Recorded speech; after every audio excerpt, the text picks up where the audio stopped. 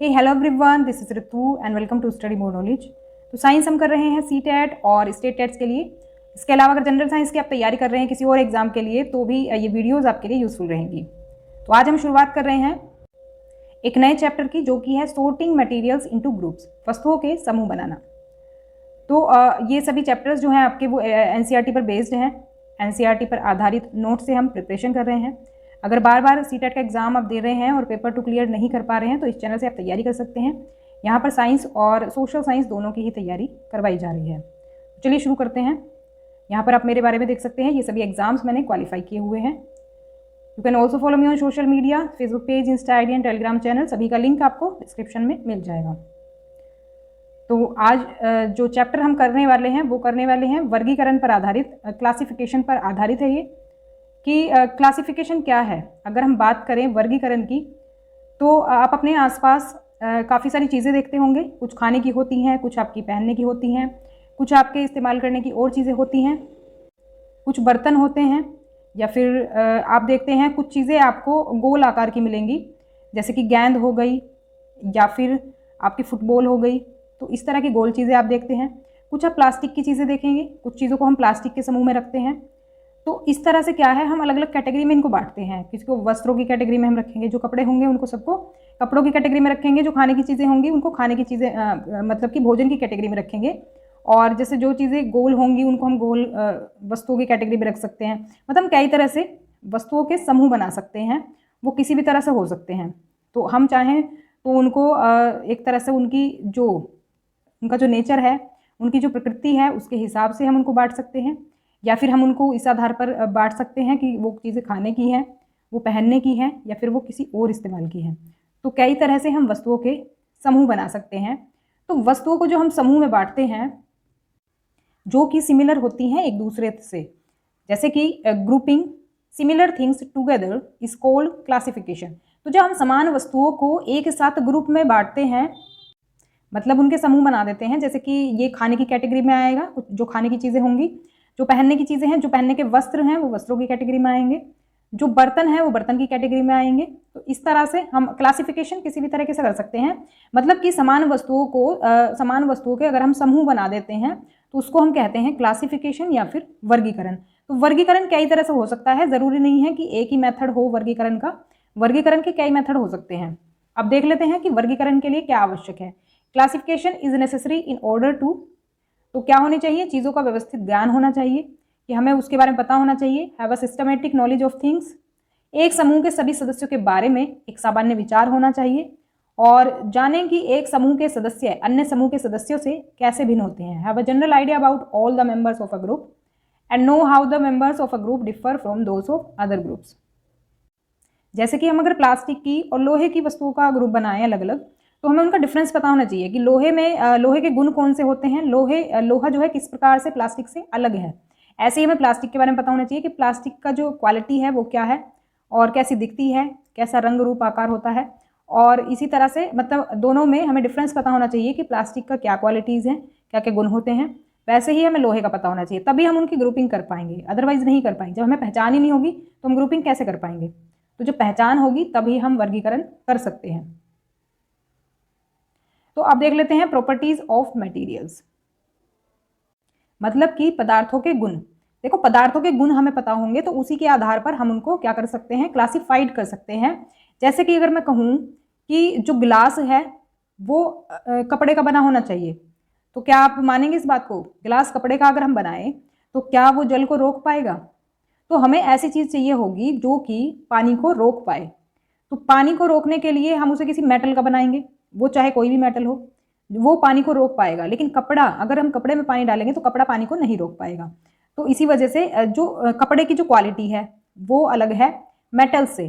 जो मेटल के ये ग्लास बने होते हैं, कोई स्टील का बना होता है, कोई तांबे का बना होता है, तो तांबे या स्टील की जो क्वालिटीज़ हैं वो कपड़े से अलग हैं। तो इस तरह से हमें उनके गुण पता होने चाहिए।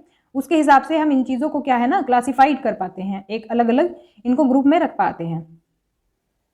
वैसे ही अगर हम दूसरा एग्जाम्पल लें, जैसे कि हम बात करें कि खाना पकाने का हमें बर्तन बनाना है, तो खाना पकाने का बर्तन अगर हम बात करें कि कागज़ का बनाएंगे, तो क्या कागज़ का बर्तन बन सकता है खाना पकाने के लिए। क्योंकि कागज़ आग पकड़ेगा तो जल जाएगा, तो इसीलिए हम कागज़ का खाना बनाने वाला बर्तन हम नहीं रख सकते।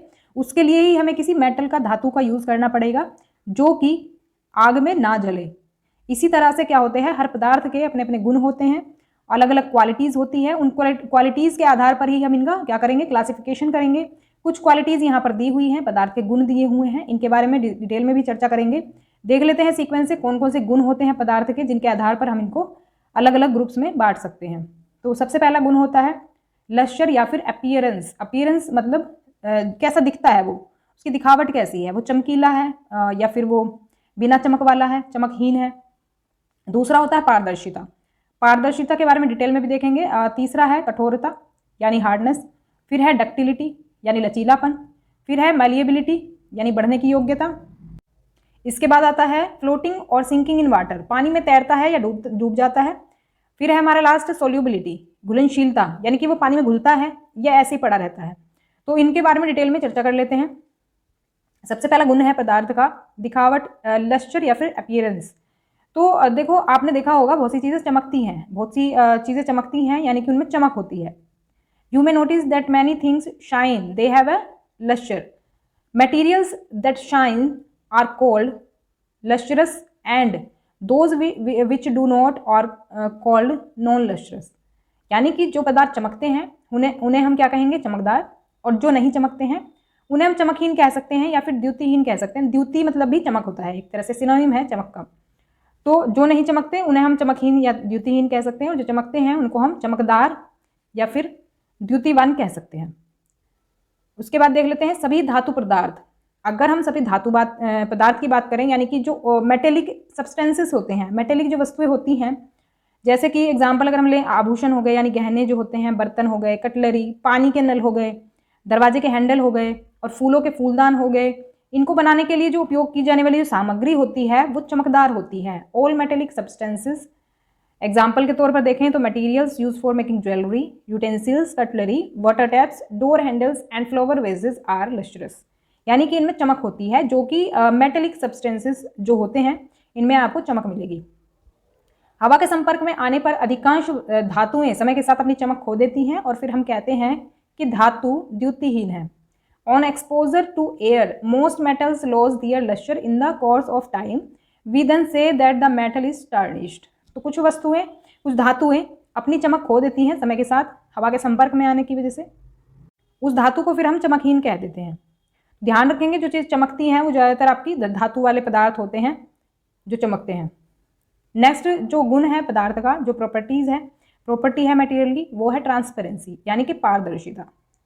कुछ सामग्री होती है पारदर्शी, तो पारदर्शी जो सामग्री है, जैसे कि कांच हो गया, या फिर कुछ प्लास्टिक्स होती हैं जो कि जिनके आर पार देख सकते हैं हम, तो उन पर पड़ने वाले अधिकांश प्रकाश को ये गुजरने देती हैं। यानी ट्रांसपेरेंट जो मटेरियल है उसकी क्या पहचान है कि प्रकाश उसके आर पार गुजर सकता है, यानी कि हम उसके आर पार देख सकते हैं।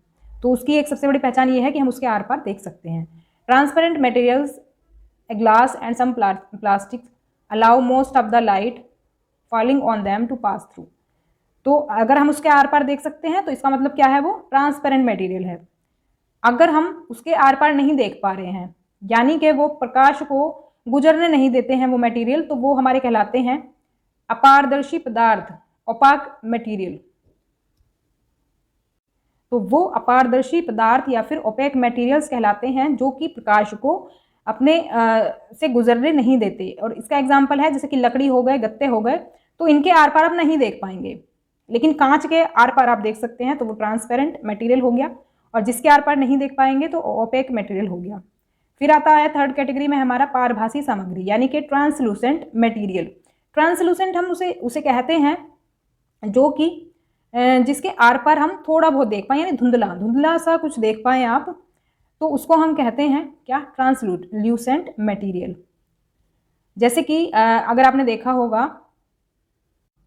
तेल से सना हुआ कागज, अगर आप तेल लगा हुआ कागज देखेंगे तो उसके आर पार आप थोड़ा बहुत देख पाते हैं। उसके दूसरी तरफ अगर कोई चीज़ देखें तो वो धुंधली धुंधली दिखेगी, वो क्लियर नहीं होगी, धुंधली होगी, तो उसको हम क्या कहेंगे, उसको हम कहेंगे ट्रांसलूसेंट। जिसके आर पार थोड़ा बहुत दिखता हो, धुंधला दिखता हो, तो उन पर पड़ने वाले कुछ प्रकाश को वो गुजरने देते हैं, इसलिए हम उसको कहते हैं क्या, ट्रांसलूसेंट मटेरियल या फिर पारभासी सामग्री। तो पारदर्शिता की अगर बात करें तो इसमें 3 तरह की चीज़ें ध्यान रखेंगे। वो चीज़ें जो कि आर पार देखी जा सके, जिनके आर पार, वो कहलाती हैं ट्रांसपेरेंट।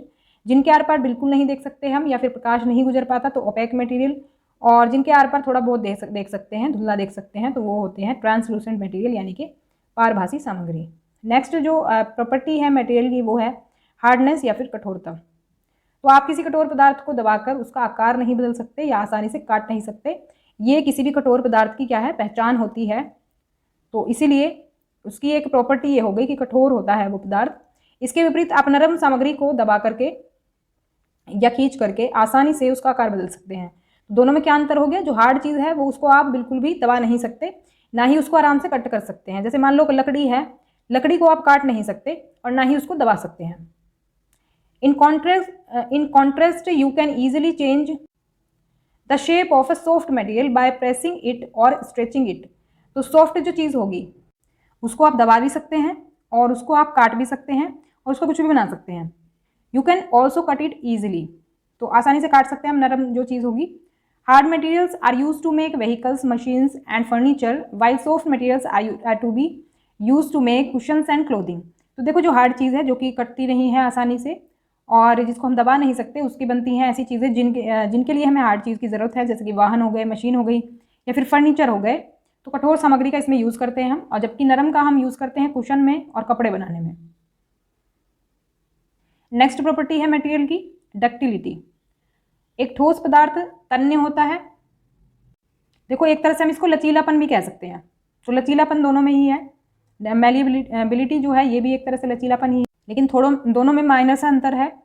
देखो डक्टिलिटी का मतलब है जैसे कि उसके आकार को हम बदल सकते हैं, उसको मोड़ा जा सकता है या तोड़े बिना बदला जा सकता है, और बारीक से तार में इसको कन्वर्ट किया जा सकता है। A solid material is ductile if it can be bent और its shape can be changed without breaking it. तो मतलब बिना तोड़े इसकी शेप बदली जा सकती है और इसको बिल्कुल पतले तारों में चेंज किया जा सकता है। अ ductile material can be drone into wires. तो डक्टाइल मटेरियल जो है इसको हम तारों तक में कन्वर्ट कर सकते हैं, जैसे कि हमारे होते हैं ये तांबे वगैरह जो होता है ये हमारा, ये इसी तरह का होता है। डक्टिलिटी इसका गुण होता है। आपने देखा होगा जो बिजली के तार होते हैं वो ज़्यादातर तांबे के बने होते हैं। तो मलिएबिलिटी है नेक्स्ट पॉइंट हमारा, नेक्स्ट प्रॉपर्टी मटेरियल की।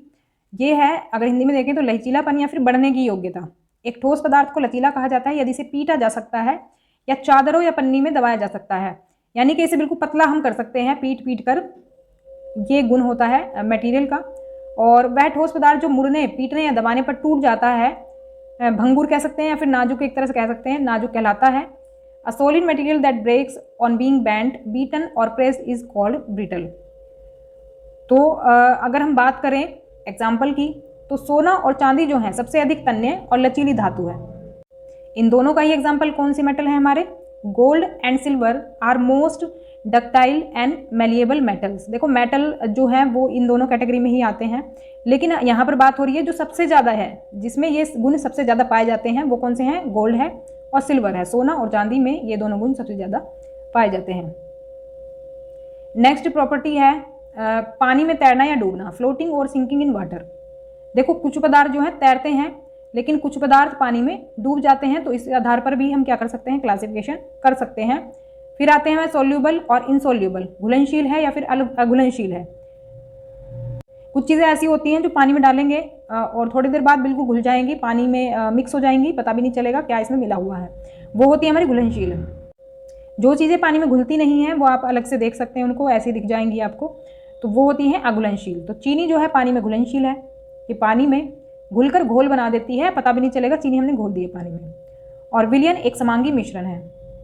तो चीनी घुलने के बाद जो विलयन बनता है उसको हम समांगी मिश्रण कहेंगे, क्योंकि उसमें घुलने के बाद पता ही नहीं चलता कि चीनी कहाँ है और पानी कहाँ है, मिक्स हो जाता है दोनों चीज़। Sugar is soluble in water, it dissolves in water and forms a solution. Solution is a homogeneous mixture. तो जो सॉल्यूशन बनता है उसको हम समांगी मिश्रण कहते हैं, क्योंकि हम पहचान नहीं कर पाते हैं चीनी और पानी का, दोनों एक जैसे ही दिखते हैं। Substances like sand, chalk and sawdust which do not dissolve in water are said to be insoluble in water. रेत, चाक और चूरा जैसे पदार्थ जो पानी में नहीं घुलते हैं, पानी में अघुलनशील कहलाते हैं। मतलब कि वो अलग से आप देख सकते हैं, घुलेंगे नहीं, पानी अलग देखा जा सकता है और ये पदार्थ अलग देखे जा सकते हैं। इसका मतलब क्या है, ये पानी में अघुलनशील है। अब लिक्विड्स की भी बात कर लेते हैं। जैसे मान लो कुछ लिक्विड चीज़ें हैं, मतलब कि द्रव रूप में है, वो हमारे पास लिक्विड में है, तरल पदार्थ हैं, उसमें भी दो टाइप होते हैं इनके, मिसिबल और इमिसिबल लिक्विड्स। देखो, एक तो है हमारा मिश्रणीय तरल पदार्थ, यानी कि कुछ ऐसे तरल पदार्थ होते हैं जो पानी के साथ मिलकर के घोल बनाते हैं, तो उसमें भी हमें पता नहीं चलेगा कि पानी कहाँ है और वो पदार्थ कहाँ पर है, तो दोनों लिक्विड जो है मिक्स हो जाते हैं बिल्कुल। ऐसे द्रवों को जल के साथ मिश्रणीय कहा जाता है, यानी कि मिसिबल लिक्विड्स कहा जाता है, जो कि पानी के साथ बिल्कुल मिक्स हो जाते हैं। इसमें हमारे आते हैं ग्लिसरीन और शैम्पू। अगर आप ग्लिसरीन को और शैम्पू को पानी में मिलाएंगे तो मिक्स हो जाएंगे और एक जैसा मिश्रण आपको दिखाई देगा। दूसरा होता है अमिश्रणीय तरल पदार्थ, यानी कि इमिसिबल लिक्विड्स। ऐसे ये तरल पदार्थ ऐसे होते हैं, लिक्विड तो होते हैं, पानी भी लिक्विड है और ये भी लिक्विड है, इसके बावजूद ये मिक्स नहीं होते हैं आपस में। तो खाद्य तेल हो या फिर मिट्टी का तेल हो, ये ऐसे तरल पदार्थ हैं जो पानी में नहीं मिलते हैं, पानी के साथ अमिश्रणीय कहलाते हैं। तो इमिसिबल लिक्विड्स ऐसे हम पदार्थों को कहते हैं जो कि पानी में नहीं घुलते हैं। तो सिचुएशन मतलब अगर आप देखें तो ये कैसे दिखते हैं। अगर हम मान लो मिट्टी का तेल डाल दें या फिर कोई खाद्य तेल डाल दें तो इनकी अलग अलग लेयर आपको दिखेगी, अलग अलग परत मिलेगी, जबकि ये मिक्स नहीं होंगे आपस में, मतलब पानी के जो अणु होंगे उसके साथ मिक्स नहीं होंगे, ये अलग अलग आपको दिखेंगे, अलग अलग लेयर दिखेगी। जैसे मिट्टी का तेल अगर आप पानी में डाल दोगे तो ऊपर ही एक लेयर बन जाएगी इसकी। वैसे ही अगर आप कोई खाने का तेल डाल दो, मान लो कोई मस्टर्ड ऑयल आपने डाल दिया पानी में, तो उसकी भी अलग अलग ड्रॉप्स आपको दिखेंगी, मतलब वो मिक्स नहीं होगा। तो वह द्रव जो अन्य पदार्थ को घोलता है विलायक कहलाता है, और जो पदार्थ घुलता है उसे विलेय कहते हैं। मान लो पानी में हम अगर चीनी घोल रहे हैं तो पानी तो हो गया हमारा विलायक जो कि घोल रहा है उसको, और जो पदार्थ घुलता है यानी चीनी जो है वो हमारी विलेय कहलाएगी। A liquid that dissolves other substances is called a solvent and the substance that dissolves is called a solute। यानी कि पानी तो हो गया विलायक जो उसको चीनी को घोल रहा है और चीनी होगी विलेय। तो ध्यान रखेंगे ये चीज़ें। तो ये था हमारा चैप्टर आज का। कैसा लगा कमेंट करके ज़रूर बताएं, और पसंद आया तो लाइक करें, शेयर करें और सब्सक्राइब कर लें चैनल को, जिससे कि आपको आगे के नोटिफिकेशंस भी मिलते रहें। और अपने फ्रेंड्स को भी रिकमेंड कर सकते हैं आप, अगर आपको क्लासेस अच्छी लग रही हैं तो। मिलते हैं नेक्स्ट क्लास में, तब तक के लिए stay connected and keep watching study more knowledge. Thanks for watching.